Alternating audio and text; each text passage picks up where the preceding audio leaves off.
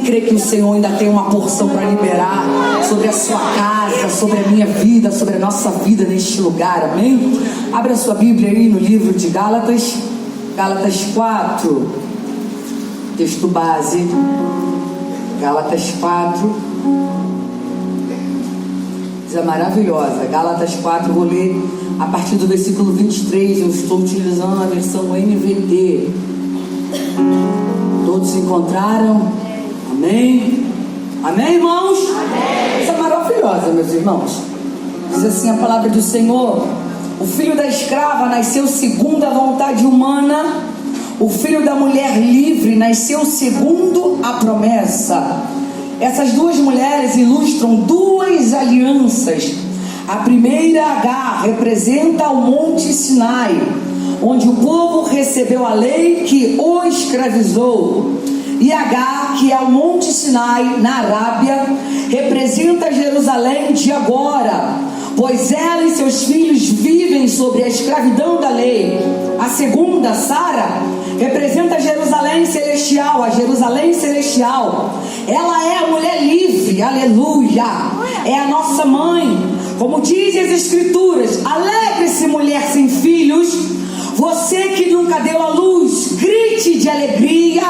Você que nunca esteve em trabalho de parto, pois a abandonada, oh glória, agora tem mais filhos que a mulher que vive com o marido. Vocês, irmãos, são filhos da promessa, como Isaque. Ismael, filho nascido da vontade humana, perseguiu Isaque, o filho nascido do poder do Espírito, e o mesmo ocorre agora. Mas os que dizem as Escrituras sobre isso: livre-se da escrava e do filho dela, pois o filho da escrava não será herdeiro junto com o filho da mulher livre. Portanto, irmãos, não somos filhos da escrava, oh glória, somos filhos da mulher livre. Vira aí para o teu irmão e diz para ele: você é livre.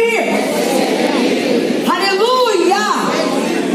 Você é livre. Quando nós observamos o apóstolo Paulo, ao digitar, digitar não, porque lá naquele tempo não tinha computador, já que ele realiza, coisa maravilhosa, digitar, olha isso, gente. Quando ele narra essa carta direcionada à igreja em Gálatas, nós observamos, pastor Alexandre, que ele é muito incisivo em discorrer a sua indignação com a postura daquela igreja local. Uma igreja que havia sido ministrada por este homem, um homem muito inteligente, um homem totalmente usado pelo Senhor, escolhido para cumprir uma grande chamada na terra.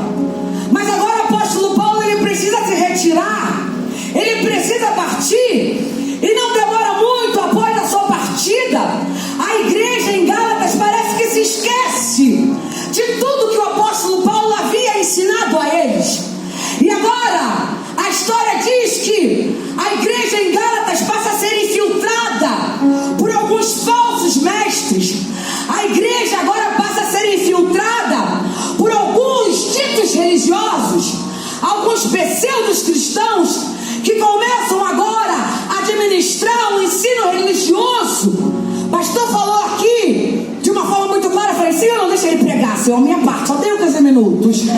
Esse texto ao qual nós lemos, Paulo está trazendo, ele está aplicando, ele está nos trazendo essa parábola para nos apresentar duas alianças, duas histórias, dois destinos.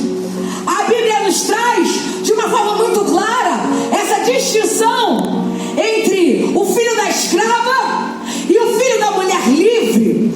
Quando nós observamos Gênesis capítulo 16 e 17, nós observamos o nascimento de Ismael, derivado à precipitação de um casal que não soube esperar uma promessa. Ontem nós falamos aqui, eu vou repetir: você precisa esperar o tempo da promessa acontecer na tua vida. Muitas vezes nós nos portamos como homens e mulheres precipitados, porque nós estamos olhando para aquilo que a realidade está nos mostrando, e por um momento Abraão e Sara se prenderam à realidade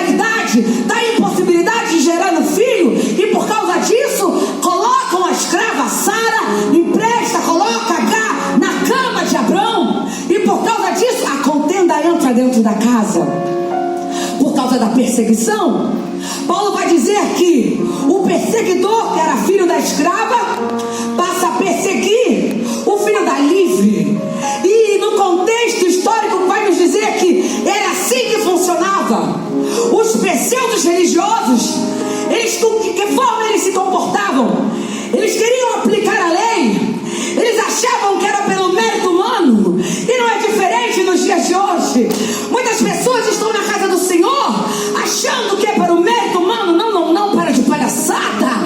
Deus nos trouxe aqui para dizer nesta noite: não é pelo teu mérito, não é porque você é bom, não é porque você é eloquente ou tem uma voz afinada, para de palhaçada, mas é por causa da graça, é por causa do favor imerecido. Então Paulo agora está questionando, pastora Simone: vocês querem estar agora debaixo da lei? Querem retornar para o jugo? A lei nunca foi suficiente para salvar o homem, porque o homem nunca teve e nunca terá condições de cumprir a lei na totalidade. Mas os religiosos queriam impregnar isso no meio do povo, de forma infiltrada, de forma religiosa. Vocês precisam voltar. Esse evangelho que Paulo te ensinou, vos ensinou, não é o suficiente.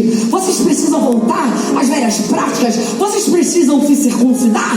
Mas nós precisamos entender. Com Paulo orienta a igreja em Gálatas, não é para a circuncisão da carne, mas é pela circuncisão no teu coração, no teu espírito. Era um evangelho que não era efetivo. Por quê? Não havia transformação de vida. Você precisa entender nesta noite que um evangelho tomado pela religiosidade humana não transforma a vida de ninguém. É forte. Nós estamos vendo aqui homens e mulheres livres, mas com a mentalidade de escravos espirituais. E o Senhor falando comigo nesta tarde, pastor João Pedro: quantas vezes nós estamos na casa do Senhor, nossos corpos estamos livres, estamos aqui, mas não temos reação, não esboçamos nada, porque a nossa mentalidade está aprisionada, está encarcerada. Mas há uma palavra profética nesta noite: recebe a sua mente, o seu corpo está sendo livre. Oh meu Deus, coisa maravilhosa. Os falsos queriam ganhar prestígio diante das autoridades locais. De que forma? Tentando convencer ao contrário daquilo que o apóstolo Paulo já tinha ensinado. E quantas vezes não é assim? As pessoas querem ganhar prestígio com as autoridades. Eu estou aqui, pastor, vou falar. Eu estou aqui, eu vim, tá? Eu fiquei aqui a semana toda, eu trabalhei, eu fiz, aconteceu. Ou tu acha que quem não pode ficar aqui com você a semana toda não vai receber da mente? O Senhor, Ele divide da mesma forma. Tentando persuadir para quê? Para ganhar mérito com as autoridades locais. Mas apóstolo Paulo, ele está orientando: portanto, irmãos, não somos filhos da escrava, mas somos filhos da livre. Você precisa entender que Cristo nos chamou para a liberdade. Fala aí para o teu irmão: Cristo te chamou para ser livre. Uma liberdade no espírito. E eu fecho aqui dizendo, aplicando o contraste dessa alegoria, Paulo faz um contraponto, uma comparação entre a mulher escrava e a mulher livre. Ismael, Isaac, segundo a carne, aquele que foi segundo a carne, e o que foi mediante a promessa. Agar e Sara, a escravidão e a liberdade.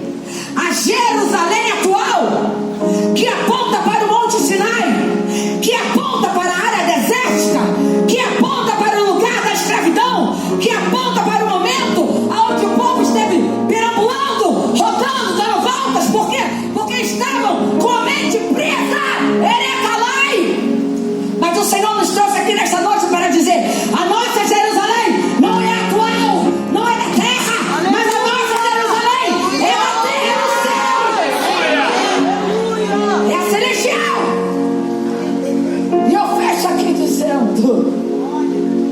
somos livres, pastora Simone. Oh, glória!